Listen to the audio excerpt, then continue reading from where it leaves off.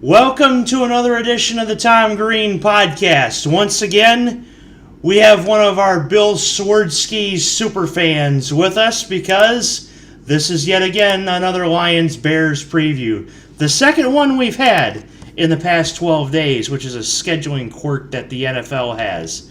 So, with that being said, we welcome our 3PS Mag guy, Jeff Lyons, to the show. Welcome back to the show, Jeff. Thanks, Tom. Good to be on. Of course. Who recently had another heart attack. We are coming to you live from Ditka's here on Thanksgiving Day, a day for giving thanks for or taking punishment from a team that is known as the Bears. The Bears. And this time it is actually on Thanksgiving, so I must ask the question to start out. Will you be watching this at Ditka's? No, I'll be watching this at the comfort of my own home for once. But he wishes he was watching this game at Ditka's. Of course, they got pork chops that just slide right down your throat. And the 42-foot TVs where you can watch the Bears. That is right. So before we get started with our preview, we'll hit another ad here. Gary Poppins Popcorn. Not quite Garrett Popcorn, but Gary Poppins. Delicious gourmet popcorn delivered right to your door. Gary Poppins Popcorn is changing the way the world thinks about popcorn one kernel at a time. Try one or all of the 45 different flavors. Have you tried any of these, Jeff? I have not. How about yourself, Tom? Honestly, I have not either. I actually have a popcorn maker here at home, which I'll make buttered popcorn, or Mom will always want me to make popcorn with her white cheddar seasoning on it, so I'll definitely have to look into that. Not a bad deal.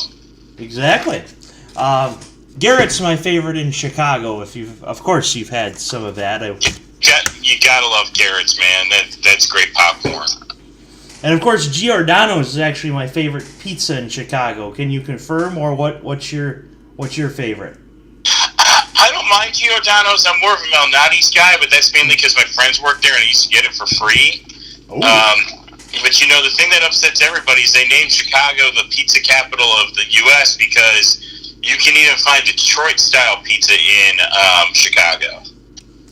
See, even though I'm a Detroit guy, not the biggest fan of the Detroit-style pizza. I mean, it's not bad, but I like the Hungry Howie's deep dish, but that's too basic. I mean, I'll go to Pizza Papolice and even get a Chicago-style deep dish. Or now that Detroit has Giordano's, when I went to Lyons Jets, I actually had lunch at the Giordano's. Well, I mean, Malnati's, Giordano's, and Portillo's, they're all going nationwide now, man. Gotta get ready for them. Exactly. Got to compare and contrast pizza tastes. So, a little pizza talk. Pizza and popcorn talk to start this Chicago preview, which, if you're a Chicago guy, you gotta love your Chicago popcorn and Chicago pizza. Which, that was probably a terrible Chicago accent, but it is what it is. Yeah, you gotta let the accent go, Tom. Sometimes I'm too much of a try-hard. Like 3PS Mag says, our resident meatball. Good name. Good name. You are a resident meatball. Wear it in pride, man. Exactly. With that being said, Lions-Bears. As I had said last week, even though I may have sounded delusional, I said that Patricia should talk to the Lions now and say that we have a ladder. It has 11 rungs on it. Each rung represents a win that gets you closer to the Super Bowl. Now, that's where I sound delusional because even I know that Detroit is 99.9% chance they're not going to win it. But you got to have motivation in the locker room. And I had actually found that motivation. I was watching TV5 News a couple weeks ago, and they had Delta College's soccer team on, and their soccer coach actually had that same analogy, rungs of a ladder. And they had actually reached the NJCAA National Championship game with that motivation. So that's what made me think that for this show. One rung is down. 10 to go. A lot to ask. But, as I said last week, the 2011 Redskins started the year 3-6. They won 7 straight and were Robert Griffin III injury away from winning an 8th straight. With that being said, Bears, Jeff, it's only been 12 days, but what's happened since then? Yeah, so what rung of the ladder is stopping Khalil Mack fall under, my friend? Well, we're in run number 2 right now, so it'd have to be there, but that's that's definitely a tall task to ask of this team. If you haven't seen it, I would tell everybody go on Twitter and look at the video and show what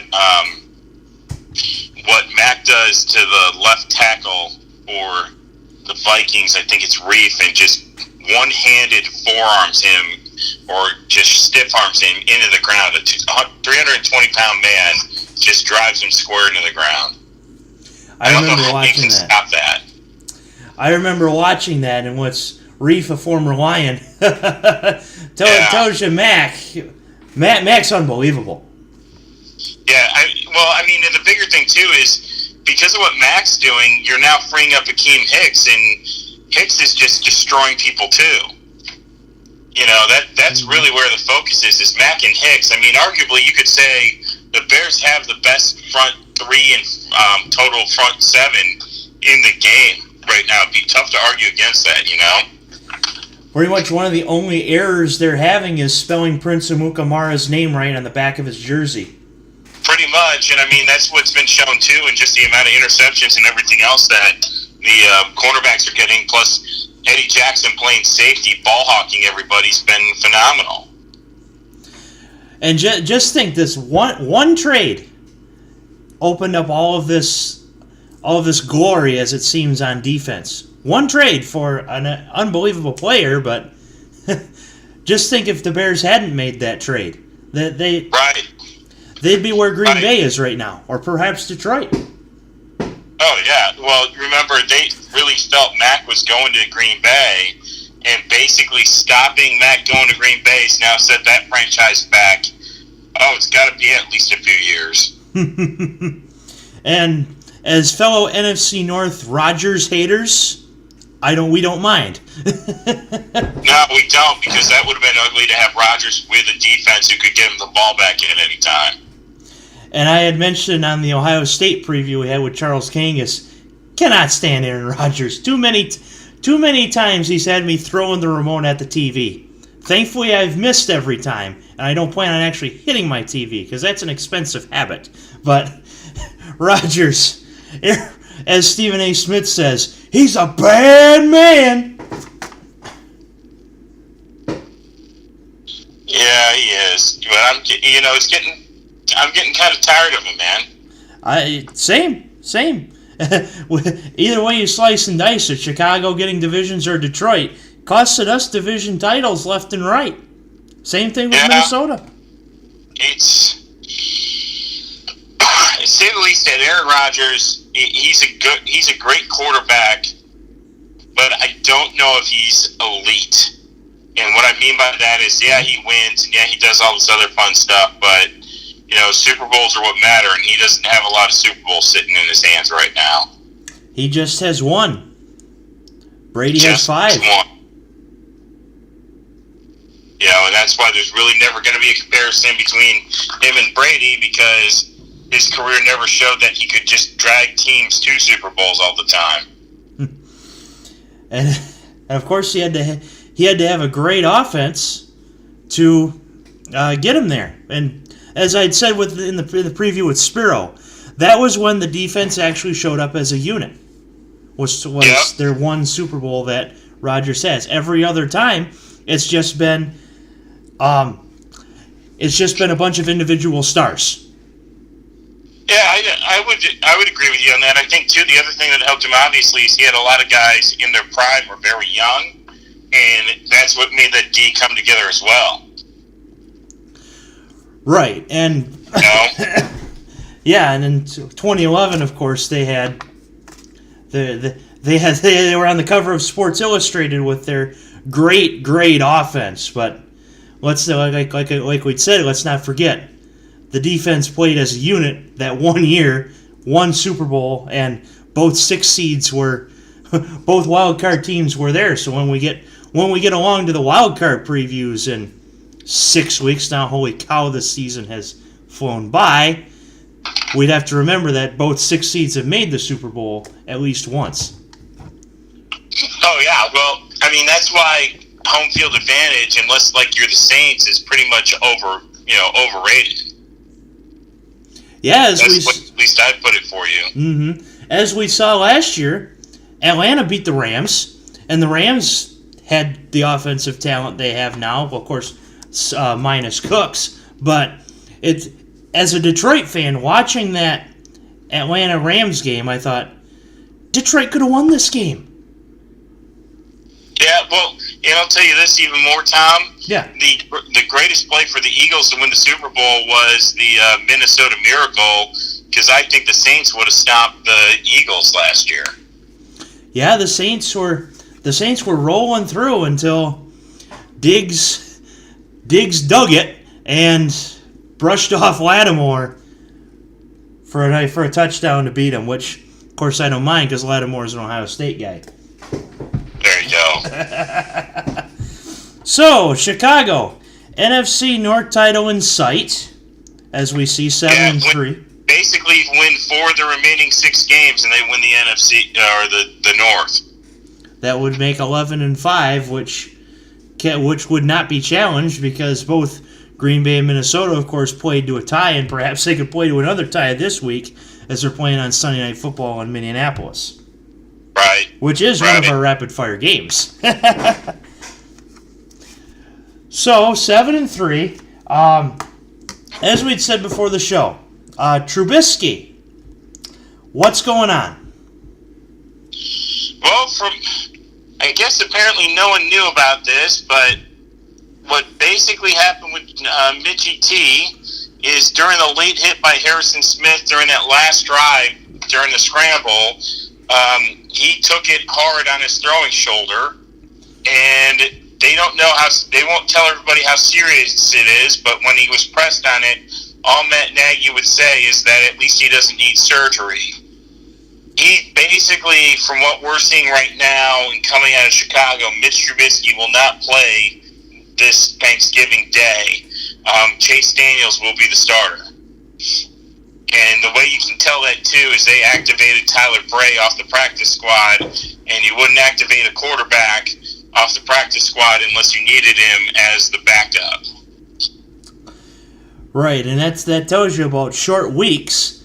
The average Joe fan thinks, we should be playing, well, maybe I'm wrong, but we should have more than 16 games. Well, yeah, I agree with not having 4 preseason games, but you can't be playing twice a week, and this is the reason why. When you have injuries like this, you can't come back after 3 days because you have practice, you have walkthroughs, and you never know what could happen in practice, too. Right. Well, I mean, if you elected to play more games in the NFL, you're basically going to cut down on the preseason, situation. That's just a given. Mm-hmm. The big question is how much do you want to cut it down by, and where do you want to go? Right. That would be really what you want to do, is you want to try to go down this way. But the other thing too is you'd have to increase the salary cap by 2 games worth, because you'd have to start paying the players more money too. That's where I think the big problem's always going to be. Mm-hmm. And if I were to extend the season, I would have it as 18 games, 2 preseason games, because the first 2 preseason games, the starters are only playing a quarter and a half. Third game, they're playing 2 the third quarter. Fourth game, they're not even showing up to the arena. Right. I mean, and that's fine if that's the way you want to handle it. It's not a big deal. It's just ultimately you're not going to see it. You'd have to expand rosters. There's a lot of different things you'd have to do, and it would just make it a lot tougher, not just on the teams, but on everybody else. Mm-hmm. Money talks. And so do people. With that being said, keys to the game. Tell me how Chicago pulls out with a Thanksgiving Day win and eats some lion on Thanksgiving. It's simple. The easiest way to tell you that is Chase Daniel plays well enough to win, and he doesn't have to play awesome. He just has to play well enough to win. And the fact of the matter is, he's spent years with Nagy in his system, and especially since he was with him in Kansas City too. And then on top of it, in the preseason, he looked really, really sharp as far as it went, kind of running the system. I don't think there's going to be a drop-off because the Bears have enough weapons, which is a scary thing for someone to say out loud, but the Bears have enough weapons that they can kind of get away with this for a while. I think what will ultimately push them over the top is, again, you're coming on a short week, and you've got a scheme to, block for Khalil Mack in that defense, and it's just going to be tough to do. I would expect that if the Bears get up, the Lions are going to be out of this game rather quickly because they're not going to have the firepower, so to speak, to stick with Chicago. And what will happen is kind of what we've seen in the previous games. They'll wait for the offense to make a mistake, and they'll turn that into points almost immediately. And with this defense, the offense, the Detroit offense can't be making mistakes like they did. Right. On Veterans Day at Soldier Field, ironically enough. I'll say Bears keys to the win. Cohen, shorter than me, but a hell of a lot faster than me. Yeah, well, here's a better one for you, Tom. Who's starting at running back for Detroit this week? Who's starting at running back? LeGarrette. One. Yeah, so the dude who averages 2.3 yards a carry is starting at running back against a defense who held Dalvin Cook to basically 1 yard a carry. Good luck with that. Yeah, as I've said before, if you can't get a running game going, you can't open up the pass, which then, as we had seen in Purdue, Ohio State a few weeks ago, Haskins had thrown 80 times or something like that. That could end up being the game for Matthew Stafford if they can't get the ball. They can't get the ball running on the ground, and as you said, one averaging 2 yards a carry. Eek. Well, let's look at it this way. If you can't get a run game going, you're going to have to go to a pass. And short, quick passes are nice until someone sooner or later jumps that route. But the bigger thing is if they put themselves in 3rd and long, you can't get a first without taking a 3 to 4 step drop, which means that now you allow that defensive line to come after your quarterback.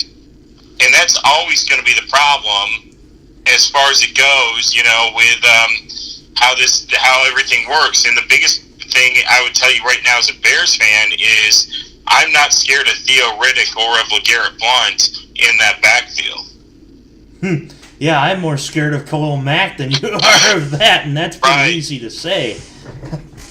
But yeah, my keys to a Bear win, like I said, is Cohen. Get Cohen going, get Howard going, as well as that. As long as one of the 3 wide receivers has 100 yards, whether it be Robinson, Gabriel, or Miller, I think the Bears are going to win this game.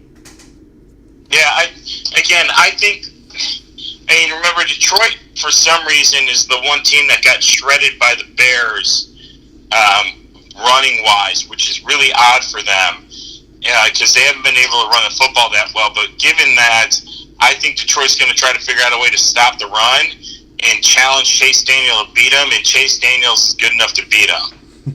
And that's where I think the problem being. It might not be on the elite like the Allen Robinson, but I just don't think Detroit's deep enough to cover Anthony Miller, Taylor Gabriel, etc. Yeah, they can just jet sweep with Gabriel and he's gone, like Cohen. Well, or use it as even now as misdirection, and someone's leaking out the other way, and either you got a tight end or a wide receiver screen going, and now you're really in trouble. And now I'm thinking to myself, imagine if they had CFL rules for this game, have Gabriel and Cohen just running, to start the play. Uh-oh, which one do you stop? Gonna be trouble, man. So let's go keys to a Lions win, as delusional as that may be. Gotta find a way to score. That's your key. Tell me how the Lions are going to score, and if they can score, they can win the game. If they make this game a shootout, they can win that game. But I don't know how. I don't know how you can turn around and make this game a shootout. If you're asking me. Which some not all Bears games, like Bears Patriots, got into a shootout. That's the thing about defense that has a lot of turnovers. It can be susceptible to giving up points. We saw that with the Panthers defense in 2015, I believe that was, when they went to the Super Bowl. They were susceptible to giving up points, but they still found a way to get it done. If that's the way, then perhaps Detroit could outscore them. But like we'd say, we got to get the ball. You got to run the ball.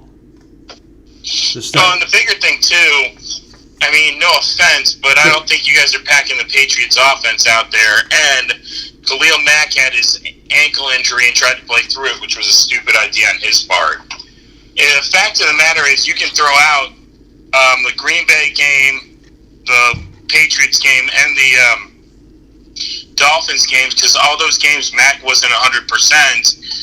And basically, the fact is when Mack's 100%, the Bears win the football game. And you're looking at a 10-0 Bears team. Yep. As Jeff had texted me earlier, back in week 1, tell me how this team doesn't win 10 games this year. And I'm like, whoa there, Jeff. Let's pump the brakes right now. But as we've seen, he's turned out to be correct. Yeah, and by the way, Tom, I put my money where my mouth is and took the Bears over the 7 wins in Atlantic City. So one more win and I get to cash my ticket, bro.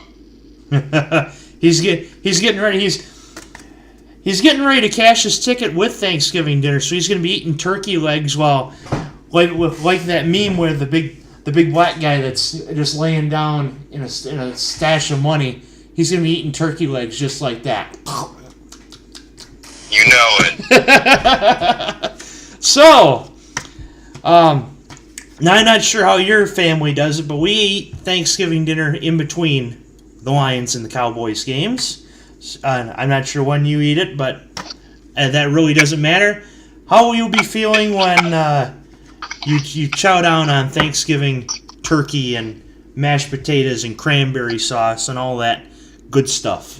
Well, because of the wife being pregnant and us not traveling, we elected to go pick up our meal. So I'm going to pick it up at 3 o'clock, and by the time I get home by 3:15, get it ready to go and start serving. So we do the exact same thing. It's usually after the first game's over, we start getting ready, and by the time the Lions or the Cowboys game's in halftime, that's usually when we're done with dinner.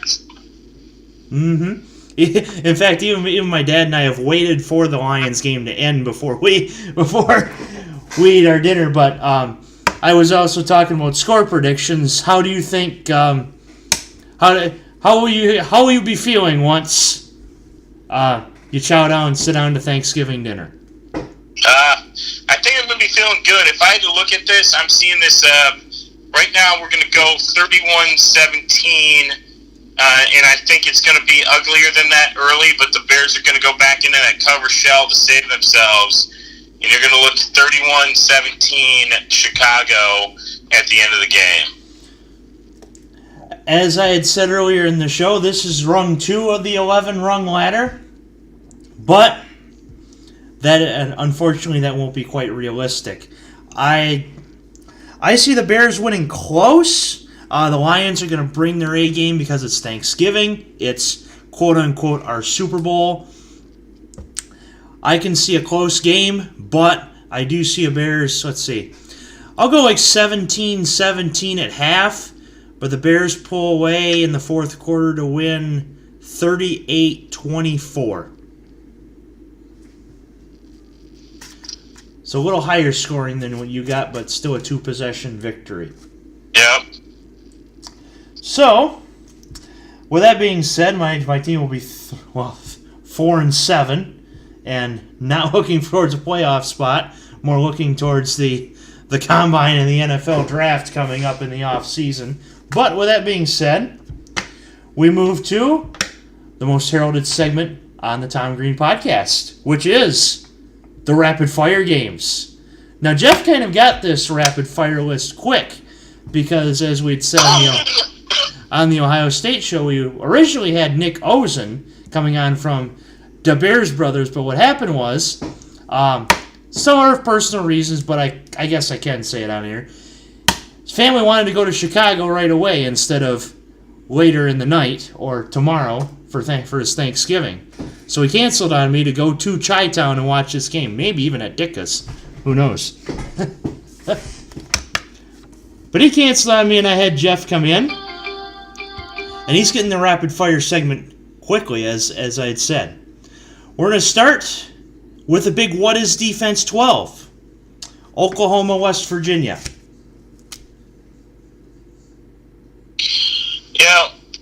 I talked about Oklahoma, West Virginia on our show on 3PS. Rapid fire, short story. I don't think Oklahoma can stop me from running the football. So I'm going to take West Virginia in this game. It's not going to be really what I feel to be an upset, but I'm going to take West Virginia in this game. And I wouldn't be shocked if Holgerson came out and ran the ball, ran the ball, 100 straight times. Yeah, if you give up 40 points to Kansas, do you even play defense? No. Even though Kansas hired Les Miles, and we actually had a show last week, I actually had Andy Mitch request to come on my show to talk Kansas, and if you had seen, we talked about the Kansas coaching situation. They've just about hired Les Miles, which should make things very interesting in the Big 12. But with that being said, West Virginia 55, Oklahoma 51. Close.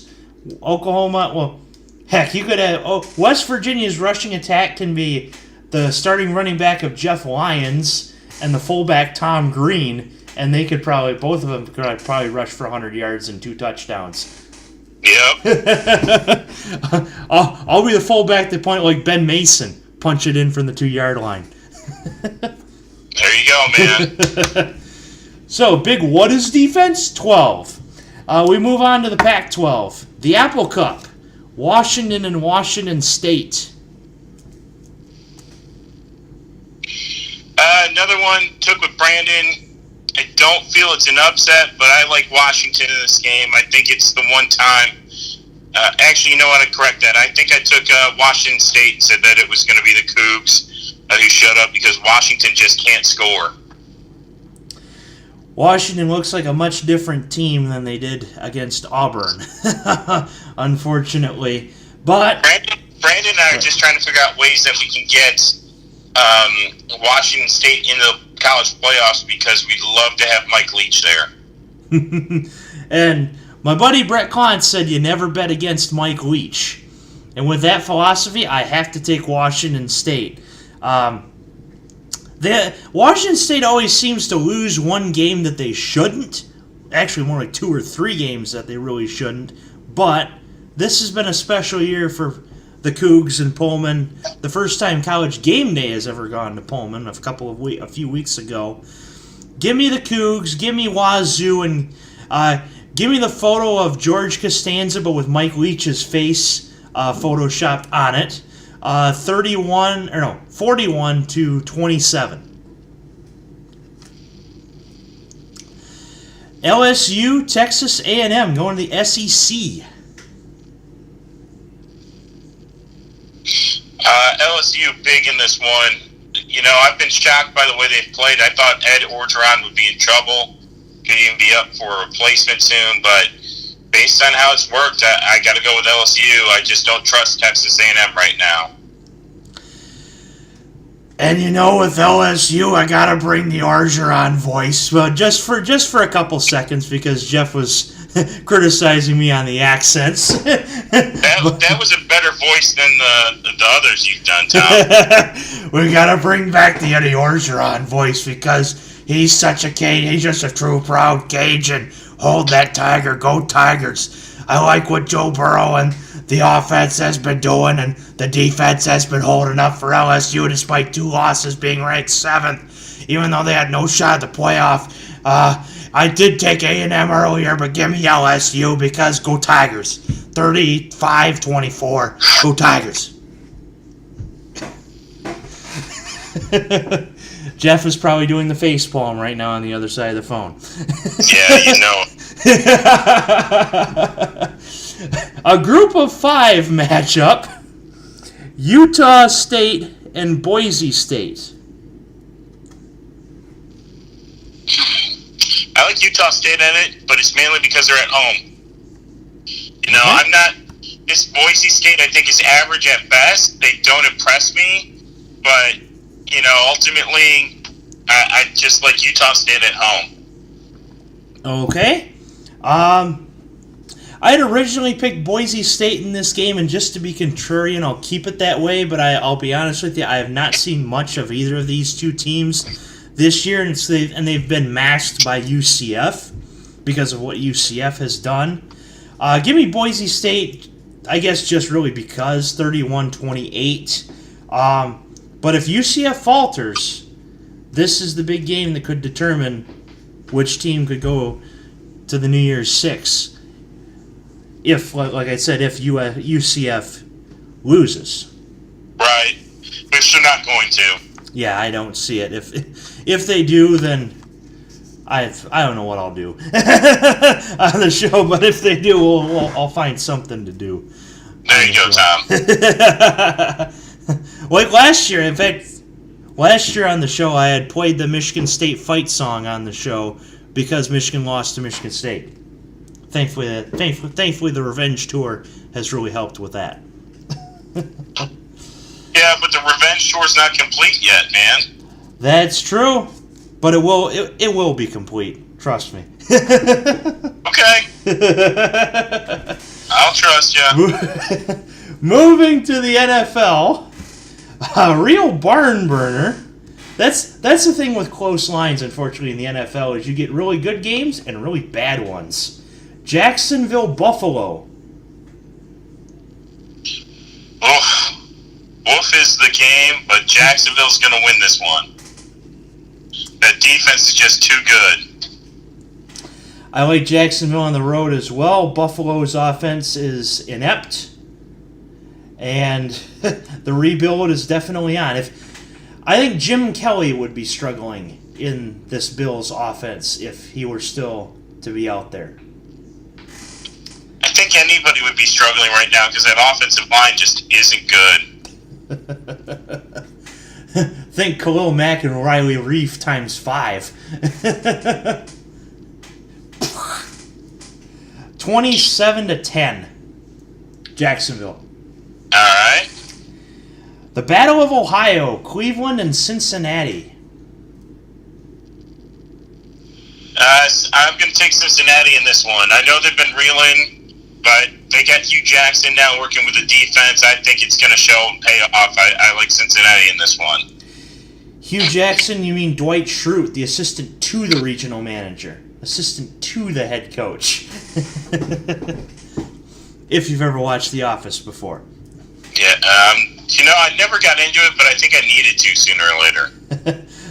Believe me, if you haven't been on the show or know a lot about the show, my sound check questions when I have guests on the phone, I usually ask the guests if they've watched Impractical Jokers, and I've tried to get Jeff interested in that show, and he actually did sit down and watch a couple of segments that I've sent to him. He said he wasn't too much of a fan of it. Now, The Office, my second attempt at him trying to get hooked on a show that I like, looks like The Office is starting to work. Yeah, every now and then my biggest thing is I guess I need to watch it from start to end or else it doesn't make sense on certain things. So that's kind of where my head's at right now. Okay, yeah, the Jokers is kind of a start to end thing, but you can pick it up at some point, but like at start of episode to end of episode, really.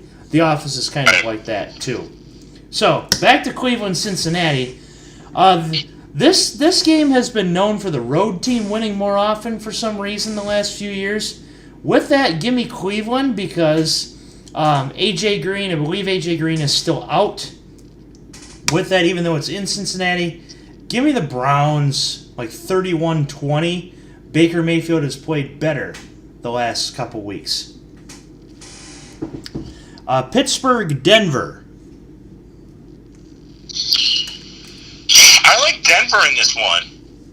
I think, you know what it really comes down to for me is Pittsburgh's been traveling everywhere the past few weeks and had to play some weird games in weird places. And, I mean, you have going to Florida and now all the way across country to Denver. I like Denver in this game. I think it's going to be close, low-scoring game, but I like Denver in this game. Okay. Ben had to run it in from the 1-yard line to win the game for Pittsburgh last week. Denver with an upset over the Chargers. I like Pittsburgh in this game because of their offense, but it is in Denver, and if there's going to be if there's going to be a major upset this weekend, I don't know if you want to call it major, but this is the one if that happens. Pittsburgh 35, Denver 20. Sunday Night Football, Green Bay, Minnesota. Everything in this game screams it's a Minnesota winner, and I am taking Green Bay in this. And after Green Bay wins, I'm going to run around naked doing the happy dance because that means pretty much no matter what happens, the Bears are winning the division. So you're rooting for the rival just because, kind of like Michigan Michigan's had to root for Ohio State before in the division race, not this year, but in past years. So you're doing that to us here in the NFC North. Give me the Vikings because it's at home and because I've ranted about Aaron Rodgers a number of times before on this show. Anytime I have to pick them, I pick them to lose. Minnesota 27, Green Bay 20. An interesting reaction from the other side, that's for sure. No, I think, I just feel like this is going to be that Aaron Rodgers game that we wait to have happen once a year, and just we're going to watch him go off. That's what I feel. And that could possibly happen, especially on national television. Right. It always happens in front of the entire nation. And the fact that Minnesota showed just how vulnerable they are. Mm-hmm.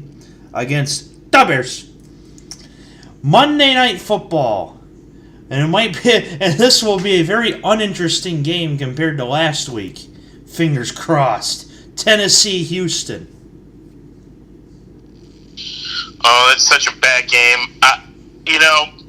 What I've realized about Tennessee is they're a good football team, but in order to be a good football team, they have to get up every week. And you could see that they got up to beat the Patriots, but they didn't care to be on that field yet last week versus the Colts.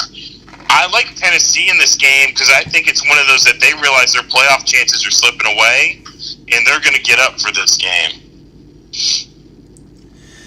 I've said it before on the show, but AFC South divisional games are the toughest to pick in football because you never know what's going to happen in that division. My rule is always Houston at home, however, and I'm going to stick with that rule. DeAndre is going to make a sick catch at some point in this game. He'll have probably 80 to 120 yards. But besides that, I think they might contain QT. And Tennessee is actually a very good defense in the red zone, if you've looked at the stats. Tennessee's very good in the red zone, and perhaps they could expose that in this game too. But give me Houston at home, 27-24, close game.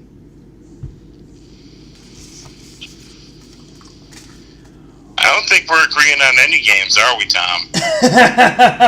In the NFL, at least, we agreed on West Virginia, Washington State, LSU, Jacksonville. Yeah, less than half. Yeah. Very interesting, because in the Ohio State preview, I agreed with Charles on every game. This time, not so much. So, Yeah. We are contrarians here. We have to roll with it. With that being said, Jeff, anything else you have to add to this wonderful Tom Green podcast? Yeah, let's have some fun real quickly. Sure. Because I want to talk about my other team too. Sure. Basically, as you know, Tom, Notre Dame beats USC. They're in. Right. They don't have any more games after that. But fun stat for you: Notre Dame, off of the current rankings right now, has a win against the number 4, number 19, number 20, and number 24 team. If you look at Alabama and Clemson's schedule and combine them, they only have wins over 7, 18, 20, and 22. So, seems to me that everyone who keeps bragging on Notre Dame's schedule for being pretty poor this year, even though they played all D1 opponents and a lot of Power 5 opponents, they played a pretty tough schedule. And I had said it before I think it was on the podcast with you, actually.